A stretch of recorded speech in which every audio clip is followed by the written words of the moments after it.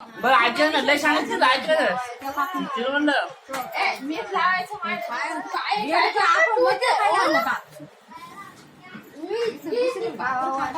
अरे आणते मडक तू मोडतो तू किती सांगितलं माझं तोंड फटकन रात्री दात पाठी बरं फटका चटकन कुठं सांगितलं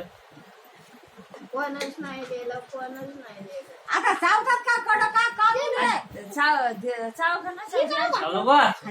चिवड्या दोन दोन वाट्या भेंडाळी लागली का इतकं चांगलं आज नाही